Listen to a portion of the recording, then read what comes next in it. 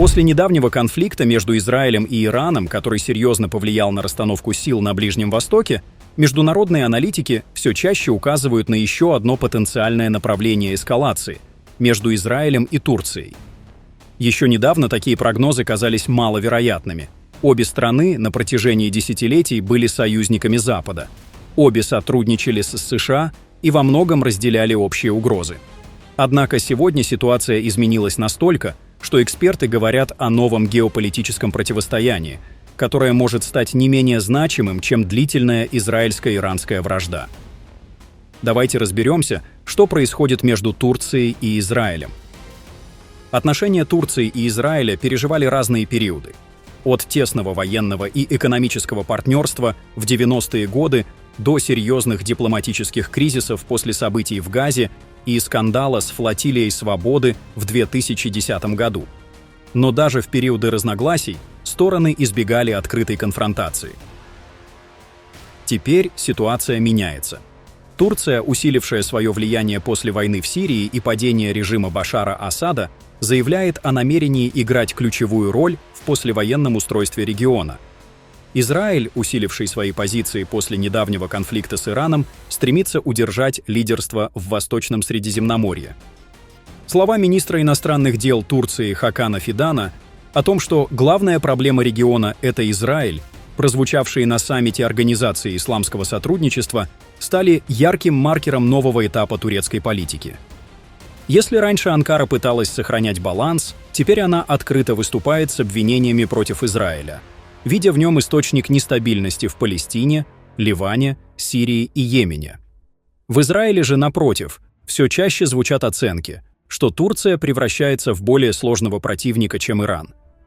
Если Иран десятилетиями оставался основной угрозой из-за своей ядерной программы и поддержки оси сопротивления, то Турция представляет собой совсем иной вызов. Она не находится в международной изоляции, как Тегеран, а наоборот, активно участвует в работе НАТО, входит в Большую двадцатку и поддерживает тесные экономические связи со многими западными странами. Кроме того, Турция обладает мощным, мягким влиянием в арабском и мусульманском мире.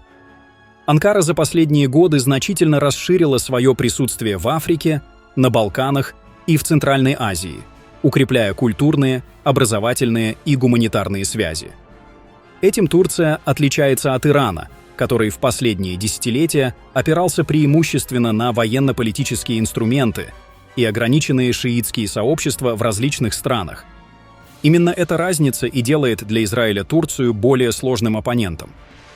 Иран был уязвим для санкций, его экономика страдала от международной изоляции, и он опирался на ограниченное число союзников. Турция же обладает более сильной экономикой, диверсифицированными внешнеэкономическими связями и значительно большим влиянием среди суннитских государств, что придает ее внешней политике масштабность. Кроме того, Анкара способна влиять на общественное мнение в арабском мире, особенно через политическую поддержку палестинской темы и вопросов, связанных со статусом Иерусалима, что усиливает ее моральный капитал. Для Израиля это создает новый фронт информационного и дипломатического противостояния. На практике противостояние двух стран уже проявляется в Сирии. После краха режима Асада в конце 2024 года Турция и Израиль начали борьбу за контроль над ключевыми районами Сирии. Турция увеличила свое военное присутствие на севере страны, поддерживает создание лояльных ей администраций и укрепляет экономическое влияние. Израиль же, напротив, сделал ставку на курдские и друзские автономии, которые традиционно находятся в напряженных отношениях с Турцией. Кроме того, Израиль активизировал авиаудары по позициям группировок, связанных с Анкарой и Тегераном. Напряженность достигла пика, когда израильские силы нанесли удар по площадке, где строилась турецкая военная база. Пока что стороны избегают открытого военного столкновения, ограничиваясь демонстрацией силы и точечными операциями. Между военными ведомствами установлены горячие линии, но политический диалог остается замороженным. Конфликт между Турцией и Израилем имеет не только геополитическую, но и идеологическую основу. Анкара сочетает в своей политике элементы исламского популизма и турецкого национализма. Проект «Век Турции» предполагает усиление турецкого влияния не только в ближнем зарубежье, но и во всем мусульманском мире. Турция стремится стать защитником мусульманских народов, включая палестинцев. В Израиле, напротив, действует ультраправая коалиция, которая строит свою стратегию на военном доминировании и контроле над ключевыми районами Ближнего Востока. Израиль укрепляет свое влияние в Ливане, Сирии и секторе Газа, не оставляя места для альтернативных региональных центров силы. Эти противоположные подходы фактически исключают компромисс. Исторически Израиль выстраивал стратегию безопасности через союзы с неарабскими государствами региона, чтобы уравновешивать угрозы со стороны арабских стран. В свое время Турция и Иран были важными партнерами Израиля. Но с начала 90-х годов фокус израильской политики сместился на сдерживание Ирана. После 30 лет борьбы с Тегераном, которая привела к ослаблению иранского режима, Израиль оказался в поисках нового вызова. Таким вызовом становится Турция. Однако Турция – более сложный противник. Она обладает гораздо большими возможностями для дипломатического маневра, ее экономика интегрирована в мировые рынки, а военные возможности усиливаются благодаря сотрудничеству с НАТО. К тому же Турция играет важную роль в энергетической политике региона и контролирует ключевые транспортные маршруты. Тем не менее, у Анкары есть уязвимые места, например, курдский вопрос. Израиль уже делает ставку на поддержку курдов в Сирии и Ираке, усиливая этим давление на Турцию. Сегодня аналитики сходятся во мнении, что соперничество между Израилем и Турцией – это вопрос не того, случится ли оно, а того, в какой форме оно будет развиваться. Будет ли это скрытая борьба через союзников в Сирии и Ливане, дипломатическое противостояние на международных площадках или ограниченные военные столкновения, покажет время.